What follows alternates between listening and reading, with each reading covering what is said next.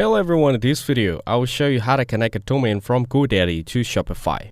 To start, open the admin Shopify website in your browser. Make sure to log into your account. On the Other tab, search for Godaddy in the search bar. Visit the Godaddy website and search for any domain you want. Following that, scroll down and it'll give you the domain along with the prices. Then, select the one you want and click on the chart icon. Mark a dot and no domain protection and choose a different option for the other queries. Then, click on Continue the chart and choose the years.